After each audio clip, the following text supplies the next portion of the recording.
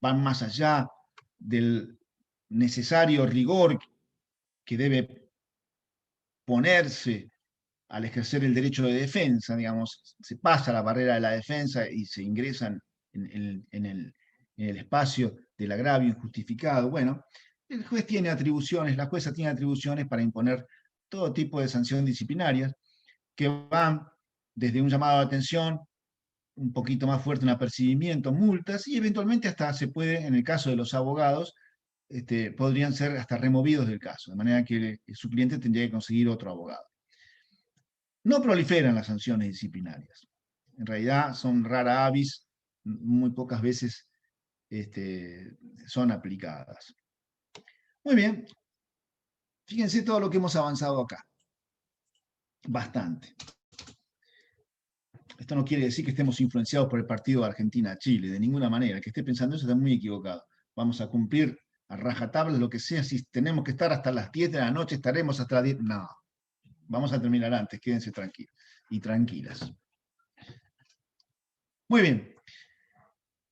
En otro de los huecos que les mostré que estaban con letra roja en el programa de estudio de este curso, aparece lo siguiente, el reconocimiento judicial. ¿Qué es el reconocimiento judicial? Bueno, es un medio de prueba. Otro más. Conocemos ya la prueba pericial. Hemos tenido alguna referencia de la prueba testimonial cuando se ha hablado de la audiencia de vista de causa y hemos dicho que en esa audiencia de vista de causa, al final de la etapa probatoria, declaran concentradamente los testigos propuestos por las partes. Esta es la prueba confesional, que es cuando las partes declaran, y no solo declaran a favor de la otra parte. Cuando una parte declara a su favor, eso no es confesión. Eso es la ratificación de su postura, y punto. Pero la declaración de una parte favoreciendo la postura de la otra parte, eso se llama confesión. Bueno, como sea, también hemos mencionado prueba documental, prueba informativa, diversos medios de prueba. ¿Por qué? La prueba pericial no es el único medio de prueba. Es muy importante, pero es uno más, entre otros. Uno de ellos es el reconocimiento judicial. ¿En qué consiste? ¿Se acuerdan cuando decíamos que el perito, la perita, antes de dictaminar, tenía que tomar contacto con la realidad sobre la cual iba a dictaminar? Tenía que entrevistarse con personas, tenía que reconocer lugares, objetos, para extraer la información necesaria. A esto lo llamábamos examen pericial, a este contacto del perito con la realidad sobre la cual dictaminar. Pues bien, cuando es el juez, cuando es la jueza quien personalmente toma contacto sobre la realidad controversial, vamos a decirlo un poco más lisa y llanamente, cuando el juez va y ve el automóvil chocado con sus propios ojos o hace la reconstrucción del accidente de tránsito. Es decir, cuando el juez o la jueza se vincula directamente con los hechos controvertidos y conducentes, con la menor cantidad de intermediarios posible, cara a cara, lo más que se pueda, con la realidad que debe ser materia de prueba, estamos en presencia del reconocimiento judicial. Años atrás, a esta prueba se la llamaba inspección ocular, pero desde luego que era una manera un poco restringida de ver esta prueba, porque las personas podemos relacionarnos con la realidad no solamente a través del sentido de la vista, podemos relacionarnos con la realidad, percibirla con otros sentidos. Entonces, parece más apropiada la denominación reconocimiento judicial, porque excede el acotado espacio de una mera inspección ocular. Ahora, fíjense que el programa también habla de informes científicos y técnicos.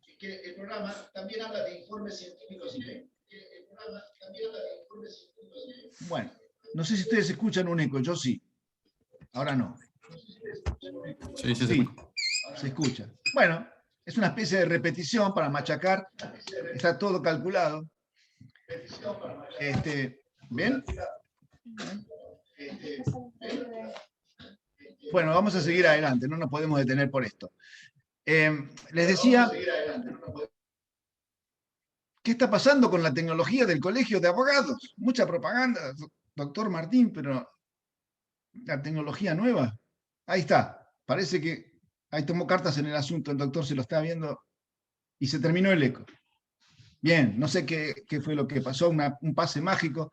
Sigamos con nuestros estudios científicos y técnicos. ¿Qué es un estudio científico y técnico dentro del código, dentro de los códigos procesales civiles y comerciales de la provincia de Buenos Aires y de La Pampa?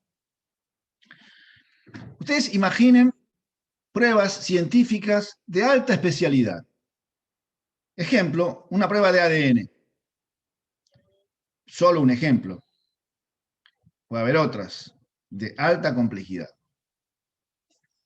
En ese caso, puede llegar a considerarse que mejor que la intervención de un perito o perita es la intervención de alguna academia, de alguna universidad, de algún ente privado o gubernamental con conocimientos muy desarrollados y específicos en cierta temática. A eso, en lugar de ser llamado prueba pericial, se lo llama examen científico y técnico. Para decirlo de manera clara, es lo mismo, incluso el mismo procedimiento que para la prueba pericial. Pero la persona del perito es reemplazada por una entidad académica, científica, en razón, como les dije, de la alta especialidad de la temática sobre la cual dictaminar. En resumen, lo que el código denomina informes científicos y técnicos no es otra cosa que una prueba pericial, pero no a cargo de un perito o perita, sino a cargo de una entidad científica privada o gubernamental. Pero el procedimiento probatorio es igual en cualquier caso.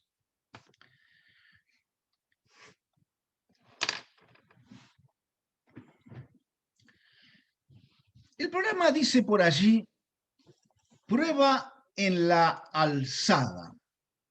Debo aclarar, apurarme a aclarar, para evitar equívocos, que por alzada se entiende cámara de apelaciones.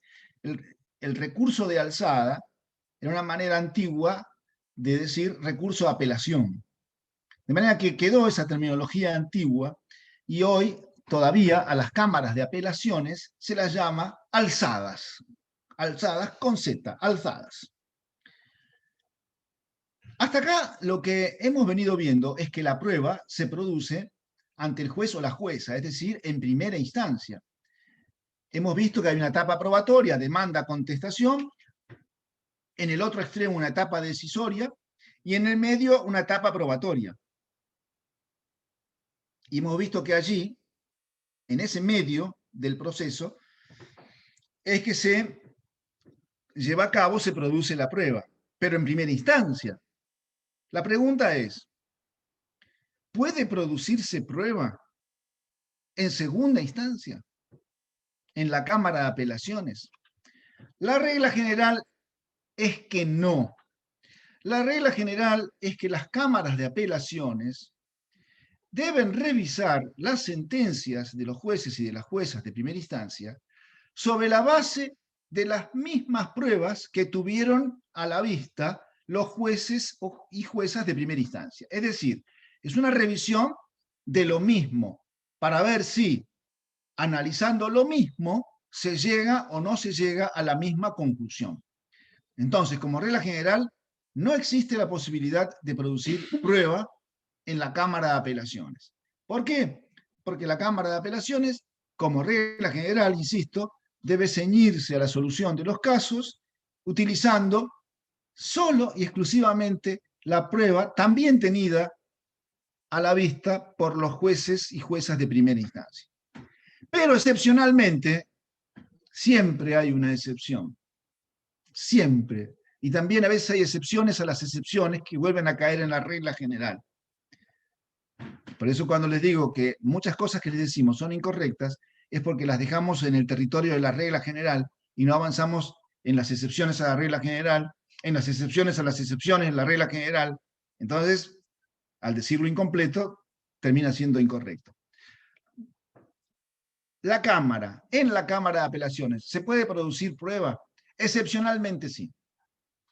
Cuando se trata de algunos recursos de apelación contra algunas sentencias muy especiales. No viene al caso dar mayores precisiones en este curso. Sí que queden con la idea que excepcionalmente en Cámara se puede producir prueba. Les voy a dar un par de ejemplos. En primera instancia, el demandante brindó su versión de los hechos, ¿dónde? En la demanda. Una vez notificada la demanda a su adversario, ya no la puede modificar el demandante. No puede decir, me olvidé de decir algo, entonces lo digo ahora. Total, todavía el proceso está abierto. No, su oportunidad era al momento de la demanda. En todo caso, antes de notificar la demanda, tuvo tiempo para modificarla. Antes de notificarla, hubo tiempo para modificarla. Después no. Y el demandado es lo mismo, pero ya estaremos hablando de la contestación de demanda. Ahora, ¿qué pasa si en plena etapa probatoria relativa a los hechos controvertidos y conducentes emergentes de la demanda y la contestación de demanda, lo que fue dicho allí, en plena etapa probatoria suceden otros hechos o llegan a conocimiento otros hechos anteriores y desconocidos que se los conoce durante la etapa de prueba, o bien hechos que sucedieron durante la etapa de prueba y que no habían existido al momento de la demanda y la contestación. ¿Se dan cuenta de la problemática? Hechos que quedaron fuera de la etapa postulatoria. ¿Por qué? Porque suceden o son conocidos recién en la etapa probatoria. ¿Qué pasa? ¿Quedan fuera del proceso esos hechos? No. Se los puede introducir. Se los puede introducir tanto en primera instancia como en la Cámara. Hay un momento de corte que no viene al caso dentro de la etapa probatoria, de manera que los hechos no considerados en la demanda y en la contestación y posteriores a cierta fecha de corte durante la etapa probatoria pueden ser planteados novedosamente en Cámara. Hechos que no fueron considerados en la demanda y en la contestación y que sucedieron o fueron conocidos durante cierto momento en la etapa probatoria o después de cierto momento en la etapa probatoria, pueden ser introducidos en la Cámara directamente, novedosamente, y pueden ser probados allí. Entonces ya ven que se incrementa el caudal de hechos que pueden entrar al proceso para contornear una solución final al caso, es decir, el caso no queda circunscripto exclusivamente a los hechos contenidos en la demanda y en la contestación, pueden entrar otros hechos al proceso. Y algunos de estos hechos pueden ser probados en la Cámara. También es el caso de alguna prueba que los jueces y las juezas de primera instancia hubieran rechazado. En ese sentido, los jueces y las juezas son poderosos porque tienen la potestad de no ordenar la producción de prueba ofrecida por las partes. ¿Por qué? Porque argumentan, no, es una prueba superflua, dice el juez o la jueza. No, es inútil. No, es innecesario producirla. ¿Y por qué son poderosos los jueces? Porque esas decisiones son irrecurribles. No hay cómo atacarlas. No hay cómo atacarlas, salvo en Cámara, planteándole a la Cámara de Apelaciones que hubo en primera instancia alguna prueba mal rechazada. estoy dando ejemplos. Y ya les di dos. Les hablé de los llamados hechos nuevos, así se llama técnicamente, los que no están ni en la demanda ni en la contestación y suceden o son conocidos después de cierto momento en la etapa de prueba, que pueden ser probados en cámara. Como también puede ser producida en cámara aquella prueba que hubiera sido mal rechazada por los jueces o juezas en primera instancia. Y hay más hipótesis. Pero lo cierto es que, para sintetizar y redondear este punto, la regla general es que la Cámara de Apelaciones debe resolver teniendo en cuenta las pruebas, las mismas pruebas tenidas en cuenta por los jueces y juezas de primera instancia. Excepcionalmente, puede producirse otra prueba que entonces ya no la pudo tener a la vista el juez o la jueza de primera instancia. Directamente, otra prueba se puede producir excepcionalmente en cámara. Este tema entonces es prueba en la alzada. Puede haber, y esto piensen en el examen, ténganlo presente, ¿se puede producir prueba en la Cámara de Apelaciones? Excepcionalmente, sí. Como regla general, no. Ahora bien, sigamos hablando de la prueba y de vericuetos. A ver si puedo hacer compartir una pantalla. No sé por qué hay algo que me está faltando, pero voy a intentar, a ver.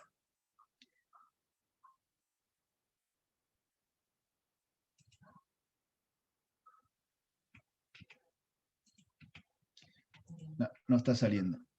A ver, ahí va. Ahí está, ahí está, ahí está, ahí está, ahí está, ahí está.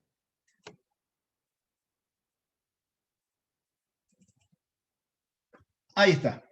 Bien. ¿Alcanzan a ver la cadena? Sí, seguramente sí. Fíjense, les quiero mostrar acá.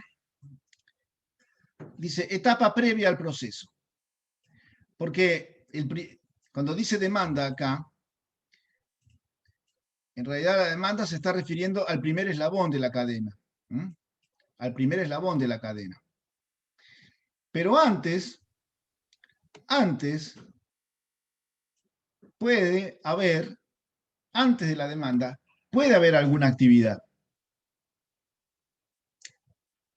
Alguna actividad preliminar, anterior al proceso. Por ejemplo, existe tanto en la provincia de La Pampa como en la provincia de Buenos Aires una mediación que es obligatoria en muchos casos. Una mediación en la que existe una figura, la del mediador, mediadora, que procura acercar a las partes del conflicto de intereses para que ellas encuentren un consenso, para que resuelvan el conflicto de intereses por vía de un acuerdo. El mediador es un propiciador de acuerdos. Bueno, eso, la mediación, sucede antes de la demanda, es decir, antes del inicio del proceso. Pero además, y vinculado con el tema de la prueba, que es el que nos interesa, porque fíjense que hoy hemos estado hablando prácticamente de facultades instructorias, de los jueces y de las juezas, medidas para mejor proveer, que son unas específicas medidas probatorias dispuestas al tiempo de sentenciar.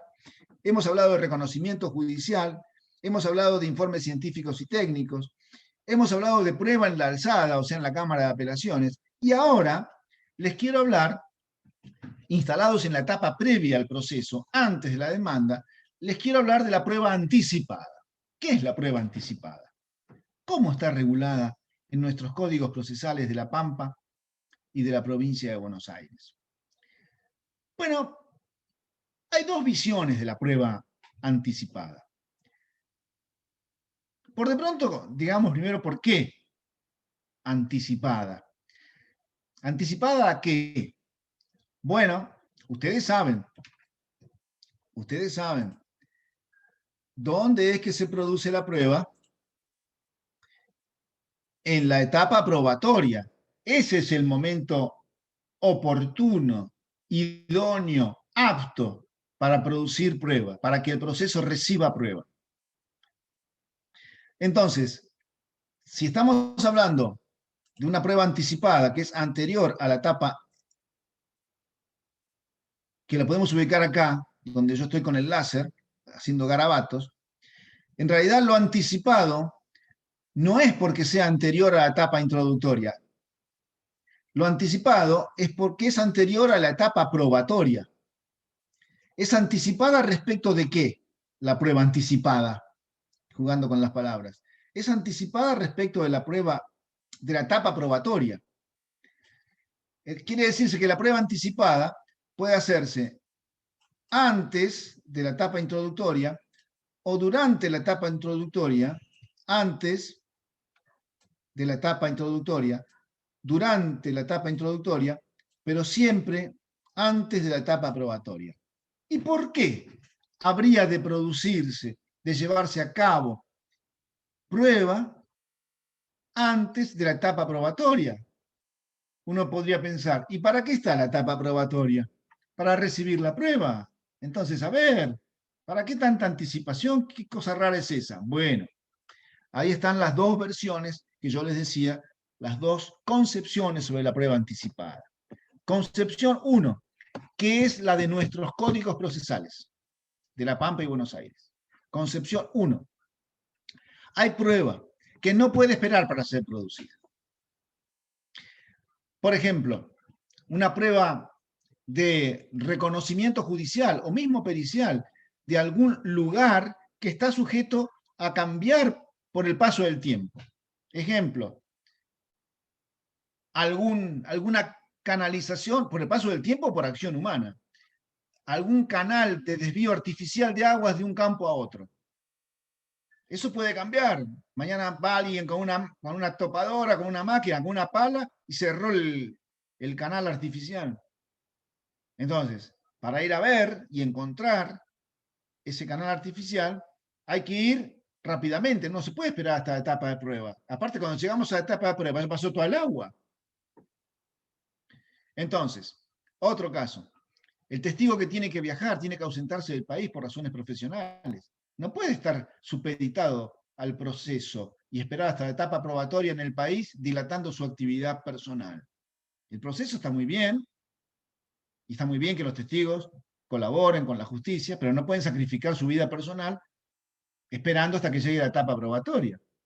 Lo mismo que los testigos de edad avanzada o los testigos con una enfermedad grave, que, bueno, lamentablemente no se pueda saber con certeza que pudieran declarar recién cuando llega la etapa probatoria. Hay que apurar la producción de la prueba en algunos casos. Y con ese sentido es que está regulada la prueba anticipada en nuestros códigos procesales de la provincia de Buenos Aires y de La Pampa. Es decir, se trata de una prueba de tipo preventiva para evitar que se pierda en el futuro. O la hacemos ahora o corremos el riesgo de no hacerla nunca más. O la hacemos ahora o corremos el riesgo de no poder hacerla en la etapa probatoria. Será tarde en ese momento, habremos perdido la prueba. Ahora hay otra versión para la prueba anticipada, que no es la literalmente prevista en nuestros códigos, pero que no está prohibida por nuestros códigos y puede perfectamente aplicarse. Y es la prueba anticipada con finalidad proactiva. ¿Qué significa esto? Es la prueba anticipada que se hace antes del proceso para ver las partes, sobre todo el demandante, si va a iniciar un proceso, para medir sus fuerzas, digamos así. Hay una pared que tiene una rajadura. Pero, ¿a qué se debe la rajadura? ¿Al suelo? ¿A un problema de cálculo del arquitecto, del ingeniero? ¿O a que el vecino está realizando alguna obra que está produciendo vibraciones o lo que fuera que causan la grieta en la pared? Embarcarse en un juicio contra cualquiera, contra el arquitecto, el ingeniero, por un supuesto mal cálculo, contra el vecino por una supuesta repercusión de las obras que está haciendo sobre nuestra pared. Embarcarse a ciegas en un juicio así, es decir, mandar la demanda directamente, es un poco aventurado. ¿Por qué no hacer una prueba pericial previa al proceso para ver de qué se trata?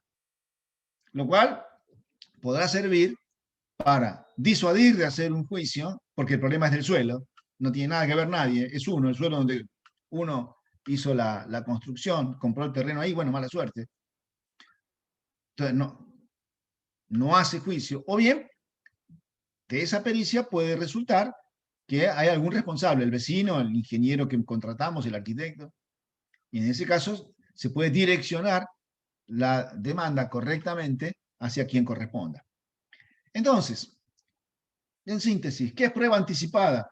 Es la que se realiza antes de la etapa probatoria. ¿Por qué? Por dos motivos. Una, para perpetua memoria, se dice, para conservarla, para no perderla. Es esa prueba que corre riesgo de no poder hacerse en la etapa probatoria si no es hecha antes de la etapa probatoria. En este sentido es que aparece regulada en nuestros códigos procesales. Pero además hay otra acepción para la prueba anticipada, más moderna si se quiere, proactiva, como les dije, que consiste en producir prueba para medir fuerzas, producir prueba anticipada antes de entrar al proceso a ciegas, para ver cuáles son las cartas con las que contamos, para ver si tenemos mérito, motivo para iniciar un proceso contra alguien. Y fíjense que hemos agregado ya una noción más de prueba al referirnos a la prueba anticipada. El programa, y en unos pocos minutos les prometo que hacemos un pequeño corte, pero el programa dice el perito diligente y el perito negligente. Bueno, evidentemente son locuciones antitéticas,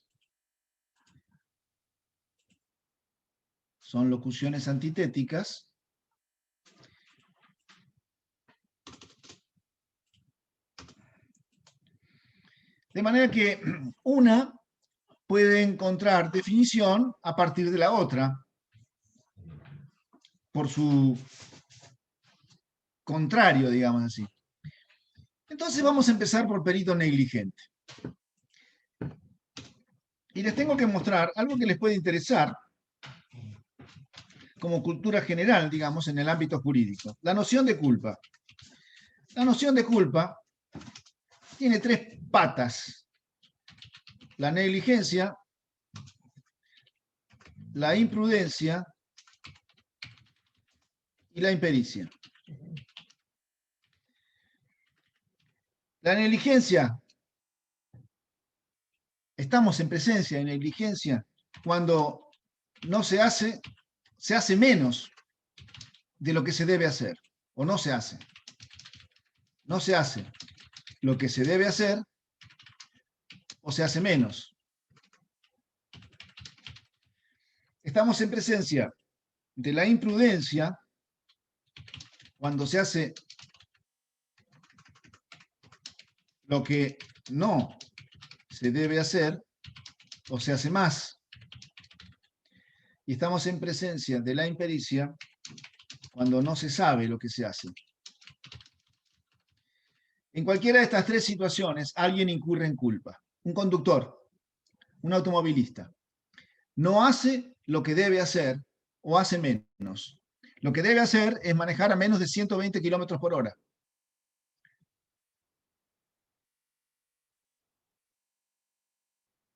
Mal ejemplo, ese lo vamos a dejar para la imprudencia. Negligencia. No debe pasar a un vehículo en ruta sin antes observar que no viene nadie de frente. Es negligente si no adopta los recaudos para poder cerciorarse de que no venga nadie, ningún otro vehículo de frente. Hace menos de lo que tiene que hacer. No toma los recaudos necesarios para pasar sin ningún inconveniente en ruta a un automóvil que lo precede. Eso es negligencia. No hace lo que tiene que hacer. No se cerciora si viene o no viene alguien de frente. Simplemente se abre abruptamente. Eso es negligencia. Y es culpa. Digamos, genera una responsabilidad por culpa.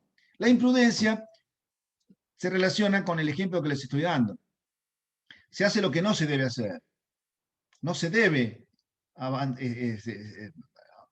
aunque en ocasiones lo hagamos, pero no se debe circular más allá de la velocidad permitida. El que lo hace incurre en imprudencia, cuyo extremo es la temeridad, porque si además de ir ligero, a excesiva velocidad, vamos pasando vehículos en ruta de manera finita, muy, pero muy justa, muy ajustada, eso es temerario, que es el colmo de la imprudencia. Y llegamos a la última hipótesis, que es la empericia, que alguien se pone a hacer algo y no tiene ni idea, pero se pone a hacerlo igual. Con lo cual, zapatero a tus zapatos, probablemente por impericia, por desconocimiento, cometa alguna clase de error que puede ser un error perjudicial. Entonces, el perito,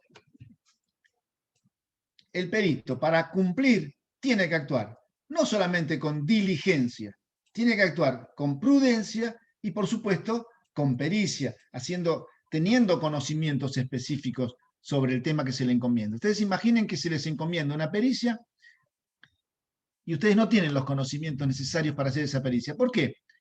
Porque es muy simple.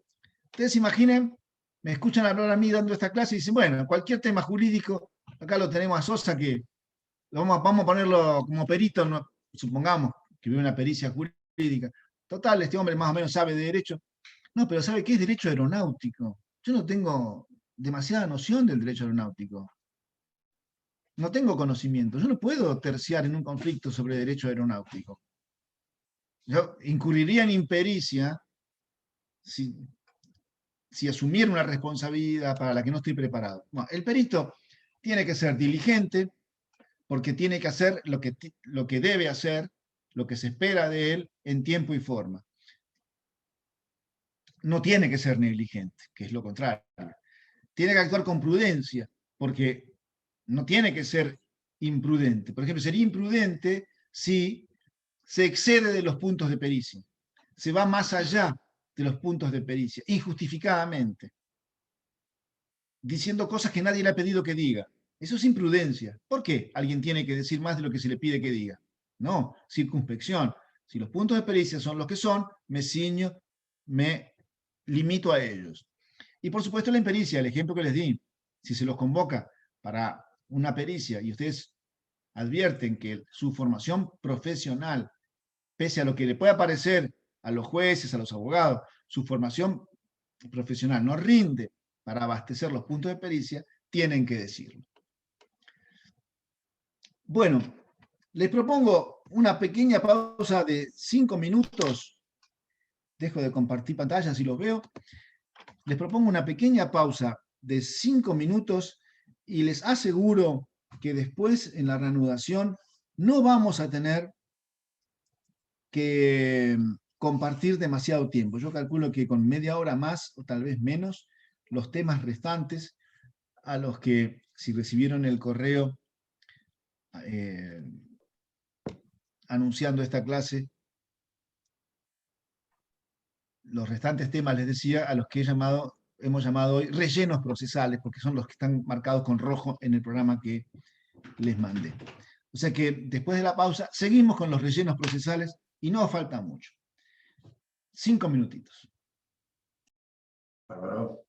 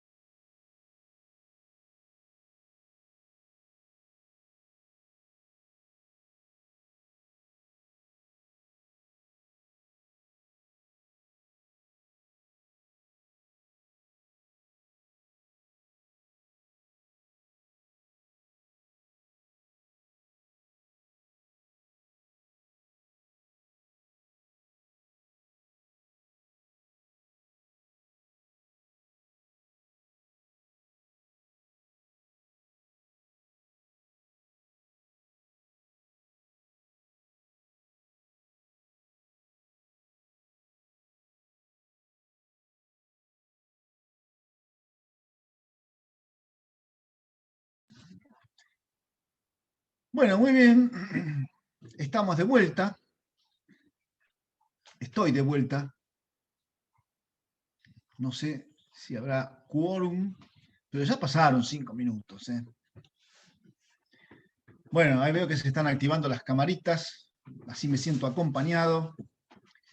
Les agradezco la iniciativa. Perfecto. Perfecto. Recuerden que cualquier pregunta que deseen formular mientras estoy realizando la exposición, pero ni lo duden ni interrumpen, ¿eh? Sí, yo tenía Ningún una problema. pregunta. ¿Hay alguna pregunta? Sí, yo tenía una pregunta. Ah, Yo bueno, soy bueno, bueno. Karina. Karina Vega. Yo soy licenciada en Sí, sistemas, soy perito en informática hace 15 años, trabajo para la Defensoría de la Cava. Y tengo una duda. Hay muchas veces que te piden más de una pericia de un dispositivo electrónico. En el sí, caso, ponerle de un teléfono, en el caso, por ejemplo, de una tablet o lo que fuera. Y las pruebas van cambiando independientemente de que vos tengas el dispositivo que no se haya vuelto a prender, le bloquees los puertos, etcétera. De acuerdo a las actualizaciones de software del equipo forense, la prueba puede ir incrementándose. ¿Qué quiero decir? Se hallan más cosas de las que se hallaron en algún momento. ¿Por qué? Porque se va mejorando, se va programando mejor de acuerdo a cada uno de los dispositivos. Y me ha tocado el caso, por ejemplo, de un teléfono celular que se peritó en 3 lugares diferentes.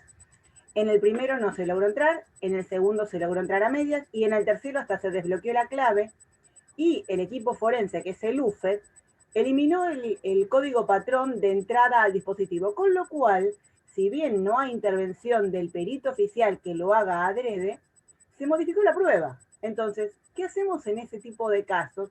Cuando vos estabas hablando, por ejemplo, perdón que hablo de vos, está bien, sí. este, cuando vos hablabas, por ejemplo, el tema de las pruebas que se realizan y en un momento extraordinario como si fuera en cámara. Ponerle que en cámara te dicen, quiero de nuevo la prueba digital de tal o cual teléfono. Y en la última prueba el teléfono lo desbloquean y hallan todo lo que tenían que hallar. Y en la primera parte no, porque se hace con un delay por ahí de 2 años la misma pericia, sobre el mismo dispositivo que no se logró conectar a ningún lado. Bueno, sobre los aspectos técnicos que acabas de mencionar, muy poco te puedo aportar. Ahora, desde el punto de vista procesal, en la medida que la realidad, a ver si entiendo bien, la realidad, por realidad entiendo yo el o los dispositivos que han sido ya previamente examinados. En la medida que la realidad, estos dispositivos han sido alterados, ya no es la misma realidad original. Evidentemente, si el dispositivo era como era inicialmente y ahora es como es, desbloqueado, etcétera, etcétera, son dos realidades diferentes. Entonces, no es lo mismo una pericia, un examen pericial hecho sobre el dispositivo original, intacto, que otra dispuesta sobre el dispositivo sobre el cual incluso hasta puede haber habido modificaciones. No sé, yo ignoro la cosa técnica. Pero si se ordenara hacer una nueva pericia, sea en primera instancia o en cámara, se hará sobre lo que se puede hacer. Lo, y estaría, sería prudente el perito o la perita que dictaminara diciendo, mire, yo emito mi dictamen sobre la base de la realidad que me toca inspeccionar ahora, pero esto no quiere decir que este dispositivo antes hubiera podido merecer alguna conclusión distinta, porque no era el mismo dispositivo. Yo no sé si estoy captando bien la cosa técnica, pero lo que quiero transmitir es esto. En cualquier caso, siempre hay que hacer lo posible. Lo que no es posible, obvio, no se puede hacer. Entonces, si a un perito, una perita, le encomienda una labor, y bueno, tendrá que hacerla sobre la base de la realidad que le toque examinar. Hará todas las prevenciones que tenga que hacer para alertar sobre cualquier vicisitud que pudiera alterar los resultados si se los compara con otro dictamen anterior hecho tiempo atrás. No sé si con esto estoy enfocando bien. A ver, sí, estamos enfocando bien, pero el tema es que el equipo homologado forense que se usa por buenas costumbres tiene actualizaciones periódicas cada 2 a 3 meses. Con lo cual, el mismo dispositivo, ceteris paribus, las condiciones se mantengan, se examina hoy, se examina mañana y se examina dentro de un año, la cantidad de evidencia adquirida es diferente. Bueno, esto es muy común, pero es lo mismo que decir, es lo mismo, nada más que más acelerado, que lo que ha pasado siempre con las pruebas. Imaginen antes en los juicios de filiación, ¿cómo se probaba la relación de paternidad biológica cuando no había prueba de ADN? ¿Cómo se probaba? ¿Con una prueba de HLA o con la prueba sanguínea de compatibilidad? O simplemente por testigos, presunciones, etcétera. Esto a lo largo de 50 años ha cambiado terriblemente, de manera que la misma realidad, es decir, la existencia de un nexo biológico entre dos personas, alegado padre y supuesto hijo, con diferentes medios de prueba, pueden dar resultados distintos. De hecho, ha habido sentencias que han quedado firmes muchos años atrás, cuando no había pruebas biológicas, porque por presunciones y por testigos a alguien, a un señor, lo habían encontrado padre de un hijo, y cuando se habilitó la prueba, cuando llegó el tiempo de las pruebas científicas biológicas, este señor, esto pasó un caso de la provincia de Buenos Aires, este señor inició un juicio de revisión de cosas juzgadas. Porque decía, no, yo quiero ver si soy realmente el padre. Porque a mí cuando me dijeron que era el padre, me dijeron sobre la base de testigos, como dije, presunciones. Vamos a ver, y no era el padre. Entonces, ¿qué significa? Acá, lo que vos me estás diciendo es abreviadísimo, porque cambia el software con el cual se analiza, o cambian las técnicas o la tecnología para analizar el mismo dispositivo. Y cambia tan rápidamente que diferentes tecnologías puede producir diferentes resultados, se puede extraer diferente información. Bueno, perfecto, esto es normal, siempre ha pasado. Con el caso de las pruebas en las filiaciones, con más largo históricamente, pero también ha pasado. Es decir, diferentes medios pueden extraer de la realidad diferentes resultados. Es como es como exprimir a mano una naranja y exprimirla con un exprimidor eléctrico o exprimirlo con uno, qué sé yo, de qué tecnología que no deja ni una gota. Bueno, la realidad es la misma, la naranja, pero los métodos para extraer su jugo, que de esto se trata finalmente, ¿no? De extraerle a la realidad todo el jugo posible desde el punto de vista probatorio. La metáfora vale, pero sigo sin saber si estoy respondiendo. Por favor, no sé si estoy enfocando bien porque me parece que tiene la No, no, pregunta un sí, componente a ver, técnico que me supera, ¿no? entendí perfectamente. La idea es, la prueba se puede repetir en una cámara de apelación la misma prueba a sabiendas de que esto puede mejorarse. La posibilidad de producir prueba en cámara, hablando ya más detenidamente, se vincula con hipótesis muy puntuales y esa precisamente de la prueba pericial no es una de las posibilidades en cámara. Lo que no obsta, digamos, no es una de las posibilidades en cámara por ofrecimiento de las partes. Pero no, eso no obsta que de oficio, ejerciendo estas atribuciones instructorias de las que hemos hablado, los jueces de la Cámara decidan de oficio producir una prueba pericial cuyo rendimiento se han enterado que puede ser diferente, mejor que el rendimiento de una prueba pericial similar producida en primera instancia. Podría darse en cámara la posibilidad también, estoy pensando en voz alta, de considerar que una nueva técnica aplicada para periciar puede hacer una suerte de hecho nuevo en sí mismo, de esto que yo les decía, que suceden o son conocidos después de cierto momento. Bueno, la llegada de una nueva tecnología para apreciar las realidades que deben ser materia de prueba también puede ser un hecho nuevo. ¿Y por qué no? Y ahí sí, las partes podrían decir, bueno, y estoy pensando en el proceso civil y comercial, ¿eh? No estoy pensando en el proceso penal, que no es nuestro mundo. Ahí gobiernan otras reglas, otros principios.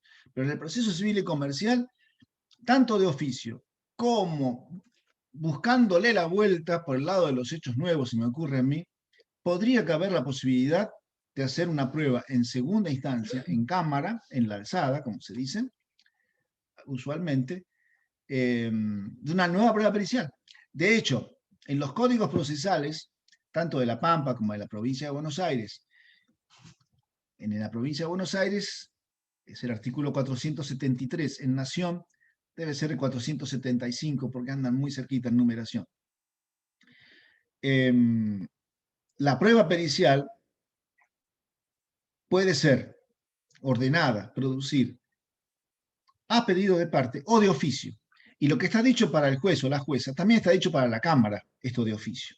Es decir, las atribuciones instructorias las tienen los jueces y juezas de primera instancia, pero también las cámaras de apelación. Que estén dispuestas a hacer uso las cámaras de apelaciones de estas atribuciones es muy raro. Los jueces de las cámaras tienden a nada más reexaminar lo decidido en primera instancia sobre la base de las mismas pruebas que ya vienen de primera instancia, salvo algunas que excepcionalmente, pero es raro que sean muy generosos en esta excepcionalidad. ¿Por qué? Porque si los jueces, y esto va para todos, no solamente los de Cámara, sino también los de primera instancia, fueran demasiado amplios en esto de disponer pruebas de oficio, podrían estar rompiendo de alguna manera la regla de la igualdad de las partes, porque podrían llegar a estar favoreciendo a una parte en detrimento de la otra. Podría verse también que rompen su imparcialidad, porque la prueba, es cierto, tal vez no se sepa de qué lado va a caer, a favor de una parte o de la otra, pero sí se sabe que probablemente caiga a favor de una parte, y eso ya es una apariencia de parcialidad, digamos. ¿Por qué se ordenó producir de oficio esta prueba que terminó favoreciendo a esta parte? Entonces, los jueces en la Cámara tratan de nada más revisar la sentencia sobre la base de los mismos elementos de prueba que ya vienen de primera instancia. Es raro en nuestro sistema procesal que los jueces sean más audaces. En otros sistemas procesales, que no son los nuestros, La Pampa, Buenos Aires y Nación, debería decir, la segunda instancia es más frondosa, porque casi admite una revisión, la realización casi de un nuevo juicio. Hasta tiene nombre en latín, se lo llama ius novorum, cuando la Cámara de Apelación puede revisar todo lo que sucedió en primera instancia. Y en ese caso, con un sistema así que no es el nuestro, claramente sería mucho más fácil una situación como la que vos me planteabas. Pero todavía sigo desconfiando que yo haya interpretado bien tu pregunta. Perdóname, pero me quedo con la quise adornar para tratar de ser lo más Totalmente. aproximado a tu inquietud. Pero bueno, si querés repreguntar o algo, con todo gusto. Pero No, no, gracias, gracias. bueno, te agradezco la pregunta, muy buena la pregunta. Bueno, ¿alguna otra pregunta más o seguimos con los temas que nos quedan? Seguimos con los temas que nos quedan. Bien, al principio de nuestra clase de hoy, hicimos referencia a las facultades ordenatorias, instructorias y disciplinarias de los jueces. También mostramos una pirámide en la que en el vértice superior ubicamos al juez, a la jueza y en la base a las partes. Los jueces, las juezas, se manifiestan a través de qué en el proceso. ¿Cómo es que participan en el proceso? ¿Haciendo qué participan? Bueno, fundamentalmente emitiendo resoluciones y sentencias. Digamos que resolver es la manera de estar, de ser de los jueces dentro del proceso. Los jueces están para resolver, así como las partes, podemos decir paradigmáticamente, que su rol es el de pedir, el de solicitar, el de peticionar. Las partes piden, los jueces, las juezas resuelven. Ahora bien, ¿todas las resoluciones son iguales? No, no son iguales. Hay tres clases de resoluciones judiciales: las providencias simples, las interlocutorias y las sentencias definitivas.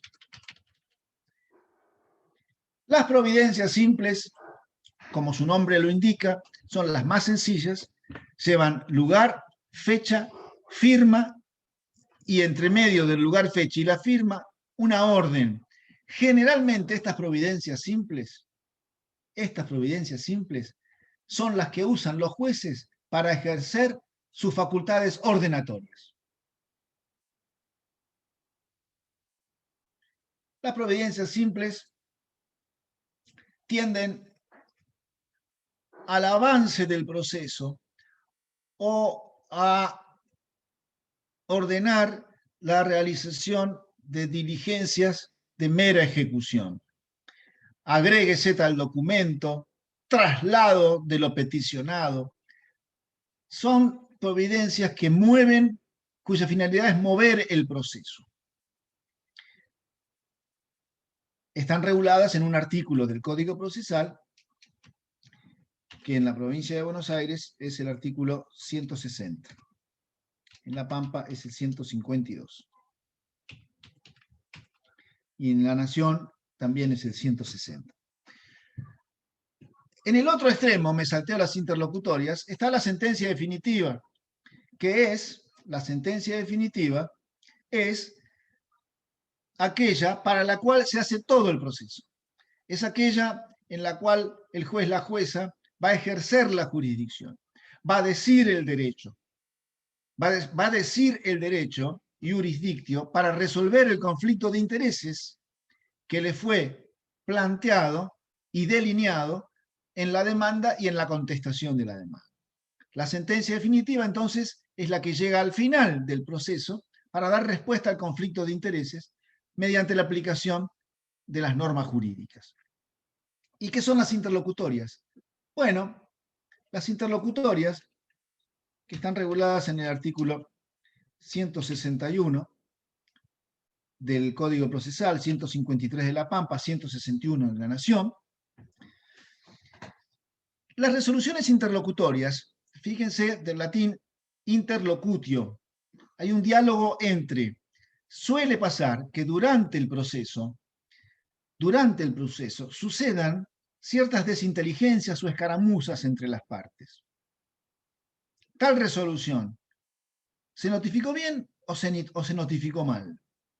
Porque si se notificó bien, puede ser que haya transcurrido el plazo para hacer lo que esa resolución ordenaba hacer. Y ya sabemos que si el plazo se vence y no se hace lo que se debía o se podía hacer, precluye la posibilidad de hacerlo. Entonces, que una notificación esté bien o esté mal, puede hacer depender que se haya hecho, o mejor dicho, no se haya hecho alguna actividad procesal que tendría que haberse hecho dentro del plazo siguiente al de la notificación de la resolución. Si se notificó bien y no se hizo, la parte que no hizo lo que tenía que hacer, listo, no lo podrá hacer. Pero si se notificó mal, entonces ese plazo para hacer lo que había que hacer no empezó a transcurrir, todavía se puede hacer la actividad. Entonces, las discusiones como esas que se susciten por cuestiones de procedimiento, normalmente, a lo largo del proceso, desde que comienza hasta que termina, se resuelven a través de resoluciones que se diferencian de las providencias simples porque tienen que contener fundamentos. El juez, la jueza, cuando dirime una de estas desinteligencias que suceden entre las partes durante el proceso por cuestiones de procedimiento, tiene que dar las razones por las cuales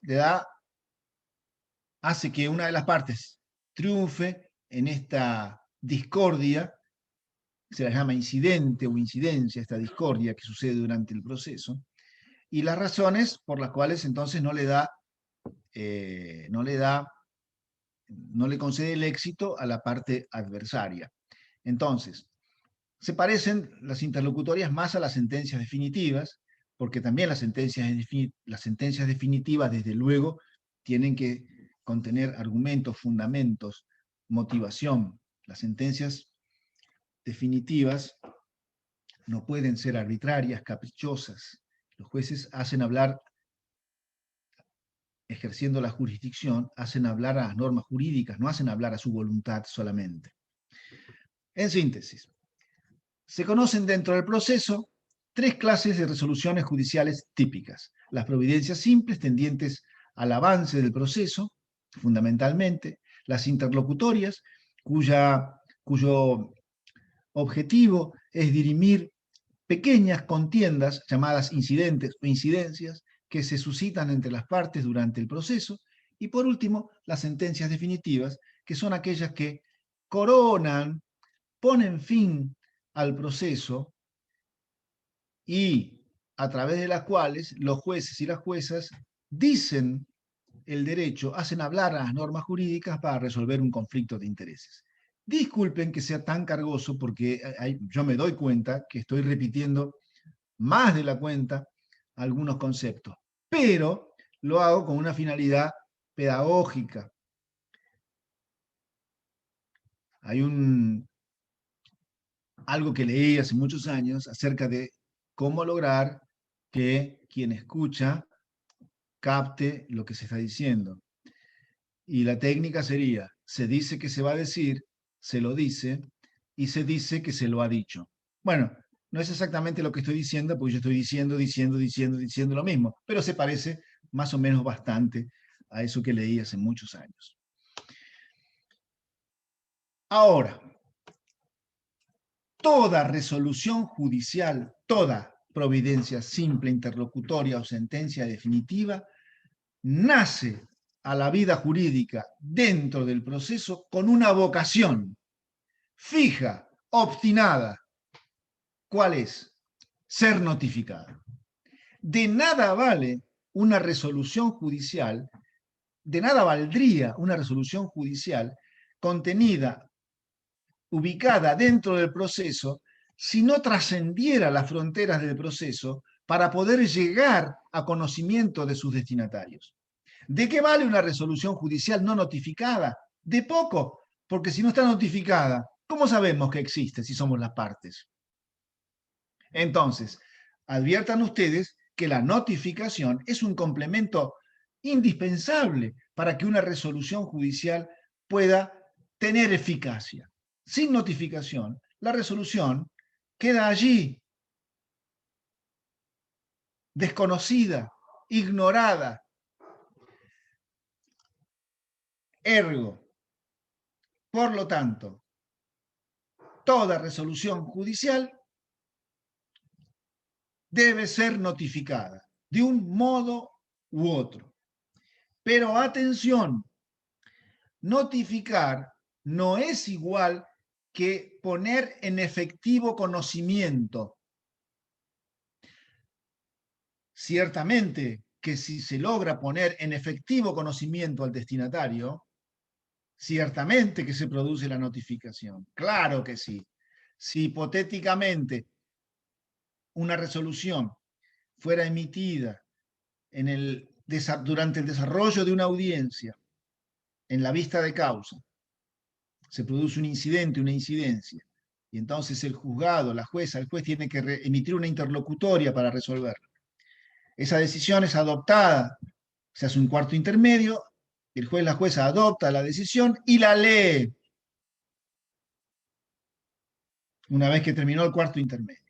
Bueno, la está noticiando en vivo y en directo. Eso es una notificación de tipo personal, cara a cara. Claramente coincide notificar con poner en efectivo conocimiento. Pero otras veces la notificación se produce sin necesidad de que la persona notificada adquiera un efectivo conocimiento. Ejemplo, en ciertas situaciones, algunas resoluciones judiciales durante el proceso se pueden y se deben notificar por edictos. ¿Y qué es el edicto? Un aviso que sale en el diario. ¿Quién lee los edictos de los diarios?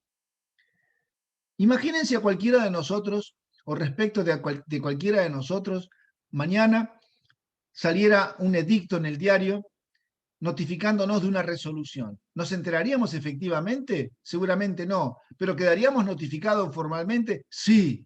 ¿Por qué? Porque en ocasiones a la ley procesal no le importa el efectivo conocimiento del destinatario de la resolución. Le importa, en cambio, que se cumplan los requisitos, ciertos requisitos legales. Por ejemplo, que se publiquen edictos. Para tranquilidad de ustedes, peritos, peritas, los medios de notificación que se van a usar para notificarles a ustedes las resoluciones judiciales van a ser muy pocos y, como les decía en una clase anterior, esos medios de notificación casi con seguridad les van a proporcionar el conocimiento efectivo de la resolución que se les notifica. Hoy por hoy, esa notificación, o mejor dicho, los medios de notificación para noticiarlos de resoluciones judiciales dirigidas a peritos y peritas, hoy por hoy, son o la cédula en soporte papel. La cédula en soporte papel es un documento que les es llevado por un oficial notificador y les tocan timbre en el lugar que ustedes hubieran indicado al inscribirse en la lista de peritos o al actuar en el proceso. Entonces les llega la información, la cédula transcribe la resolución judicial en su contenido, les llega el papel. O bien, más modernamente, a través de vías electrónicas. O, si las partes así, a través de un protocolo, lo hubieran convenido, pactado, podría ser a través de algún medio tecnológico como podría ser el WhatsApp. Quiere decirse que cualquier medio que se utilice de notificación, que se utilice respecto de un perito, la información tiende a serle arrimada, aproximada al perito, a través de cédula papel que le es llevada por un oficial notificador o a través de medios electrónicos o de modernas tecnologías. Y estamos terminando prácticamente porque nos quedan estos conceptos. Antes de ingresar a ellos, recuerden que lo que les acabo de decir en cuanto a que la información les va a llegar a los peritos por cédula papel o por correo electrónico es para los peritos. Para las partes, entre las partes, existen muchos otros medios de notificación, algunos de los cuales ni remotamente, casi, provocan el conocimiento efectivo de la resolución, como el ejemplo que les dije de los edictos. Y algunos otros que no les voy a decir, porque, repito, operan entre las partes del proceso. ¿Y qué le importa al perito lo que sucede entre las partes? Al perito, a la perita le va a importar cómo me notifican a mí. ¿Y cómo le notifican al perito, a la perita? Les tiene que llegar la información, o por lo menos serle puesta muy cerca. Cédula, papel, el oficial notificador toca timbre en la puerta del domicilio que ustedes indicaron, o se les manda un correo electrónico a la dirección de correo electrónico que ustedes indicaron, o el WhatsApp al teléfono de ustedes. Ahora sí, últimos temas. Todo lo que ustedes ven aquí como desistimiento, transacción, caducidad de instancia, allanamiento, arreglo extrajudicial, todo eso suele ser denominado como modos anormales de terminación del proceso. Anormales. Podría parecer lo más normal que las partes llegaran a un arreglo extrajudicial, ¿verdad? Pero resulta que la palabra anormal surge de la comparación con lo que se considera el modo normal de terminación del proceso. ¿Cuál es el modo normal de terminación del proceso? Ustedes lo saben, ya se los dije, las sentencias definitivas que están reguladas en el artículo 163 del Código Procesal Civil y Comercial de la Provincia de Buenos Aires y de Nación 155 del Código Procesal Civil y Comercial de La Pampa. Entonces, ¿cómo termina un proceso de modo normal? Con la emisión de la sentencia definitiva. Ese es el modo normal. ¿Para qué hicimos el proceso? ¿Para qué convocamos a la jurisdicción? Para que diga el derecho en la sentencia definitiva, resolviendo así el conflicto de intereses. Todos los medios, todos los modos a través de los cuales pueda terminar el proceso que no sean la sentencia definitiva, reciben por eso como contrapartida, como contracara, la denominación de anormales. No porque sean anormales en sí mismos, sino, repito, por no ser la sentencia definitiva, que es el modo normal de terminación del proceso. Brevemente dicho, ¿qué son cada una de estas cosas? Empecemos por lo más simple, o mejor, por una explicación breve y general. El proceso puede terminar sin una sentencia definitiva, por voluntad de la parte demandante, 1, por voluntad de la parte demandada, 2, por voluntad de las dos partes, 3, o por un, decimos los abogados, hecho jurídico, que es el mero transcurso del plazo.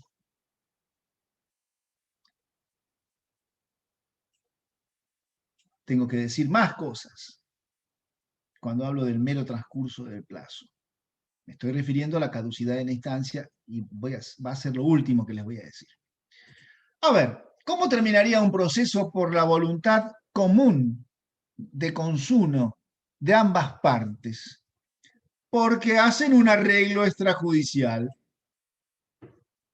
Es cierto, estaban embarcadas en un conflicto de intereses, lo que las llevó a iniciar un juicio.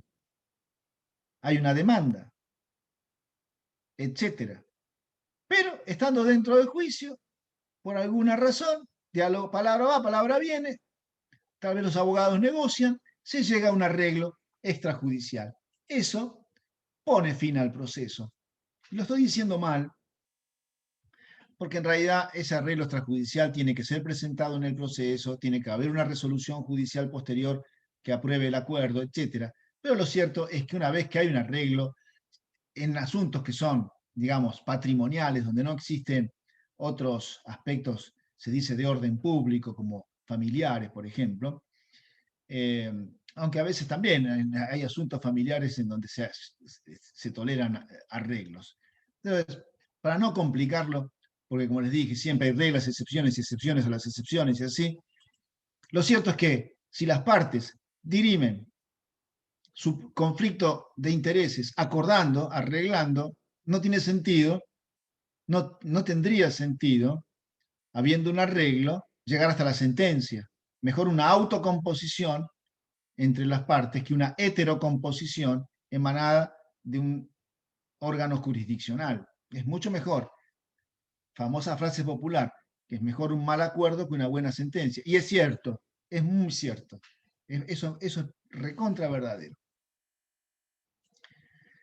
Ahora, la transacción, voy a marcar entonces para ir descartando los que vamos viendo, la transacción es una especie dentro del género arreglo. Acá habría que poner arreglo extrajudicial, habría que agregar otro, habría que agregar conciliación, que no está en el programa, pero habría que ponerlo. El arreglo extrajudicial es ese convenio que dirime el conflicto de intereses alcanzado por las partes fuera del juicio. Ya hay un juicio, pero el arreglo lo logran afuera del juicio, conversando, negociando afuera del juicio, no en presencia del juez. La conciliación es un arreglo judicial, es decir, se alcanza por las partes, porque son las partes las que arreglan, pero a través de la intervención del juez o de la jueza, en una audiencia.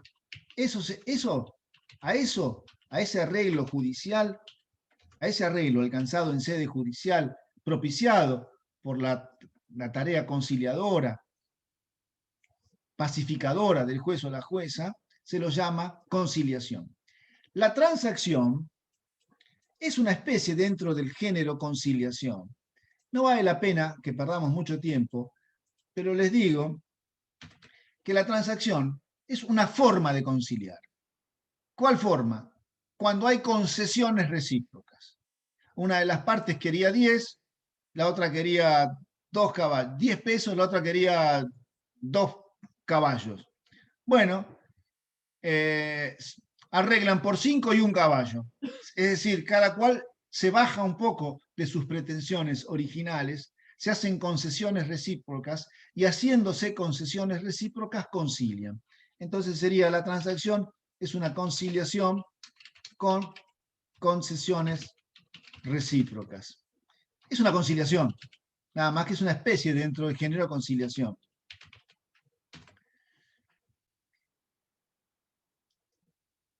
¿Qué es el allanamiento?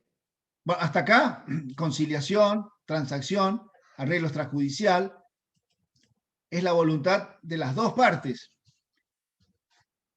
la que opera la innecesariedad de que el proceso llegue hasta la sentencia definitiva. Las dos partes, la voluntad de las dos partes que concilian, transigen o hacen un acuerdo extrajudicial, la voluntad de las dos partes comportándose así impide, torna innecesario que el proceso culmine a través de una sentencia definitiva. Ahora, ¿cómo puede terminar el proceso por voluntad de la parte demandante? Porque desiste del proceso. O desiste, peor aún, del derecho reclamado a través del proceso. Este desistimiento del proceso está regulado en el Código Procesal. Hay momentos hasta los cuales se puede hacer el desistimiento del proceso. Fuera de esos momentos ya no se puede hacer, al menos no sin la conformidad de la parte adversaria. En cambio, el desistimiento del derecho puede hacerse en cualquier momento. La diferencia entre el desistimiento del proceso y el desistimiento del derecho es que cuando el demandante desiste del derecho, ya nunca más lo va a poder hacer valer en juicio nuevamente. Si desiste del derecho, nunca más lo va a poder volver a reclamar en otro juicio. Por eso es que, para el desistimiento del derecho, no hace falta la conformidad del demandado. Alcanza con que desista el demandante del derecho. Suficiente. Desiste del derecho, adiós. Se terminó el proceso y también se terminó la posibilidad de hacer valer ese derecho en otro proceso posterior. En cambio, repito, el desistimiento del proceso es algo menos que el desistimiento del derecho. El demandante se baja de este proceso, pero no se baja de la posibilidad de hacer otro proceso posteriormente para hacer valer el mismo derecho. ¿Y por qué haría eso el demandante? Bueno, porque puede ser que la demanda sea desastrosa. Contrató un abogado malo, que trabajó mal, mejor dicho. Entonces presentó una demanda muy incompleta, deficitaria. Si se da cuenta de esto el demandante, le va a convenir desistir del proceso para volver a iniciar otro posteriormente con una demanda más armada. Pero para el desistimiento del proceso, una vez que la demanda fue notificada, hace falta la conformidad del demandado, porque al demandado le puede interesar seguir adelante con el proceso tal cual fue iniciado por nuestro demandante con su primera demanda. Rebobinando, el desistimiento del derecho es más grave, pone fin al proceso, pero además nunca más se va a poder iniciar otro proceso posterior para hacer valer ese mismo derecho. El desistimiento del proceso es menos grave que el desistimiento del derecho, porque se va a poder iniciar otro nuevo proceso para hacer valer el mismo derecho que se quiso hacer valer en el primer proceso desistido. Pero bajo ciertas circunstancias, el desistimiento del proceso requiere el consentimiento del demandado, a diferencia del desistimiento del derecho, que no requiere el consentimiento del demandado. Lo cierto es que el desistimiento del derecho o del proceso es un modo anormal de terminación del proceso por voluntad fundamentalmente de la parte demandante. ¿Y cómo termina el proceso por voluntad de la parte demandada? Cuando se allana, cuando la parte demandada es notificada del traslado de la demanda, cuando es notificada de la demanda, para decirlo más breve, puede advertir que la demanda es certera, que es fundada, que tiene razón el demandante. O simplemente puede no tener la más remota gana de litigar. No tiene ganas de presentar batalla. Entonces, ¿qué hace? Se allana, se rinde, reconoce como fundada la pretensión, el reclamo de la parte demandante. Por eso es que, ante un allanamiento, tampoco tiene mucho sentido, y lo que voy a decir está mal, pero se los voy a decir igual, no tiene mucho sentido, habiendo allanamiento, llegar hasta la sentencia definitiva transitando todo el proceso, si ya la parte demandada se rindió. Digo que está mal porque el allanamiento de la parte demandada siempre va seguido de alguna clase de resolución judicial que lo corona, que lo unge, que dice, bueno, está bien el allanamiento.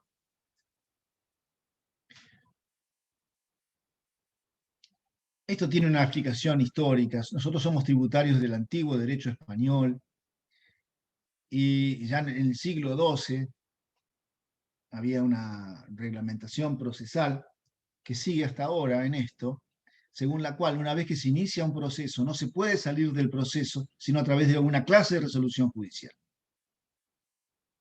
Es más, en el siglo XII, si alguien quería salirse de un proceso sin resolución judicial, tenía pena de azote, por ejemplo. Así que quien entraba a un proceso tenía que salir con resolución judicial. Eso se mantiene, porque todas estas formas anormales requieren alguna clase de resolución judicial que las convalide, por así decirlo. No es la sentencia definitiva, seguramente, o probablemente, pero alguna clase de resolución judicial posterior a la realización por las partes de alguno de estos modos anormales. Por fin, nos queda la caducidad de instancia que yo les dije muy superficialmente que se vinculaba con el paso del tiempo, con el simple hecho jurídico del paso del tiempo. ¿Qué sucede? Supongamos que se inicia un proceso y el proceso no es impulsado por las partes. Principio dispositivo, ¿quién tiene que impulsar el desarrollo, el curso del proceso? Las partes. Aunque los jueces tengan facultades ordenatorias, los jueces pueden impulsar, pero quienes deben impulsarlo son las partes. Ahora bien, según la ley procesal, si las partes se abstienen de impulsar el proceso durante cierto tiempo, 6 meses en un proceso ordinario en primera instancia, 3 meses en segunda instancia, 3 meses en un proceso sumario en primera instancia, etcétera, etcétera, están previstos diferentes plazos para diferentes instancias y diferentes tipos de procesos. Si las partes, entonces, no impulsan el desarrollo del proceso, lo dejan quieto, sin moverlo, durante cierto tiempo previsto en la ley, entonces la ley interpreta que han perdido interés. Ya no les importa. Han perdido interés en que se resuelva este conflicto de intereses. Dejan transcurrir el tiempo sin ton ni son. Y habilitan a que el juzgado de oficio de propia iniciativa o a pedido de una de las partes dé por terminado el proceso declarando la caducidad de la instancia. Es decir, que la caducidad de la instancia pone fin al proceso, siempre a través de una resolución judicial de oficio o a pedido de parte, ante la inactividad, ante la falta de impulso, ante la falta de activación del curso del proceso durante los lapsos previstos por la ley. Es una especie de sanción a la inactividad. Un proceso que no se mueve es un proceso que no merece estar vivo. Por eso es que la declaración de la caducidad de instancia lo extingue. Bien, llegados hasta aquí, debo decirles que hemos hecho en todas estas clases, hemos hecho un viaje, un recorrido por los puntos más salientes de un proceso judicial. Hoy hemos llenado huecos, como les dije, hemos completado algunos vacíos y bueno, está prometido, para el fin de semana van a tener las ejercitaciones, tanto de esta clase como de la anterior. ¿Qué sigue? Y con esto terminamos. En la próxima clase del día 7, jueves, vamos a hablar de los honorarios. Así que los invito especialmente. Me parece es un tema de interés para ustedes.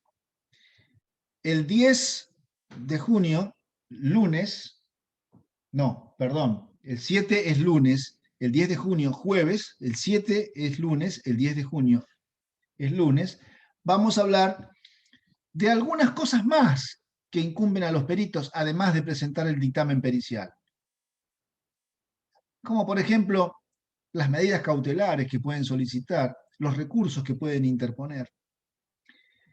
Y las 3 clases siguientes, del 14, 17 y 24, van a versar sobre los escritos judiciales. El 1 de julio, haremos un gran repaso y un simulacro de examen, y el 5 de julio es el examen.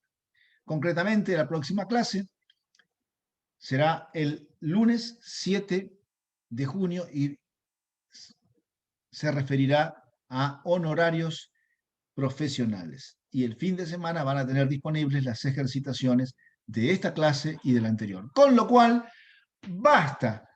Se terminó por hoy. Quedan liberados, no sin agradecerles nuevamente. No me voy a cansar de agradecerles por la paciencia. Doctor Martín, tiene la palabra usted para finalizar esto y ya quedar liberado para los que les guste el fútbol ir a seguir las eliminatorias. Bueno, gracias Toribio, excelente la clase, estuvimos escuchando con Fernanda que está asistiendo acá en la parte oculta que no se ve. Saludos a Fernanda. Está acá, está escuchando, doctor. Bueno, simplemente recordarles, como ya habíamos anticipado, hoy, en el transcurso de esta noche o mañana van a estar recibiendo un mail invitándolos exclusivamente a 2 clases de subasta electrónica, el día 11 y 18 de junio a partir de las 17:30 horas, que entiendo que para ustedes era complementaria de esta cursada. Así que bueno, nada más, no los retengo más, como es el doctor, nos vemos en la próxima clase y bueno, esperemos que nos vaya bien hoy. No soy amante del fútbol, pero sí. Una cosita más. Estas clases adicionales a las que hacía mención el doctor Martín, son casi obligatorias, digamos, para los martilleros y martilleras, porque tienen que ver con la subasta judicial. Recuerden que martilleros y martilleras tienen 4 unidades extras adicionales, además de compartir todas las unidades del programa, el resto, con los peritos de otras profesiones. De manera que para los martilleros y martilleras, estas 2 clases, del 11 y 18, viernes 11 y viernes 18, digamos, son prácticamente ineludibles. Subasta judicial tradicional, 11 de junio, subasta judicial electrónica, 18 de junio. No obstante, para quienes no sean peritos, no sean martilleros, perdón, y martilleras, puede ser de interés, por lo menos la subasta judicial electrónica, la del día 18, para enterarse, como público interesado en participar, de qué se trata, cómo se tiene que hacer para poder, como dije, participar en una subasta judicial electrónica, que es lo que ya está vigente en la provincia de Buenos Aires, en muchos lugares, y próximamente en forma inminente estará rigiendo también en Trenquelauquen. Ahora sí, gracias, que la pase muy bien y será hasta el lunes. Buen fin de semana.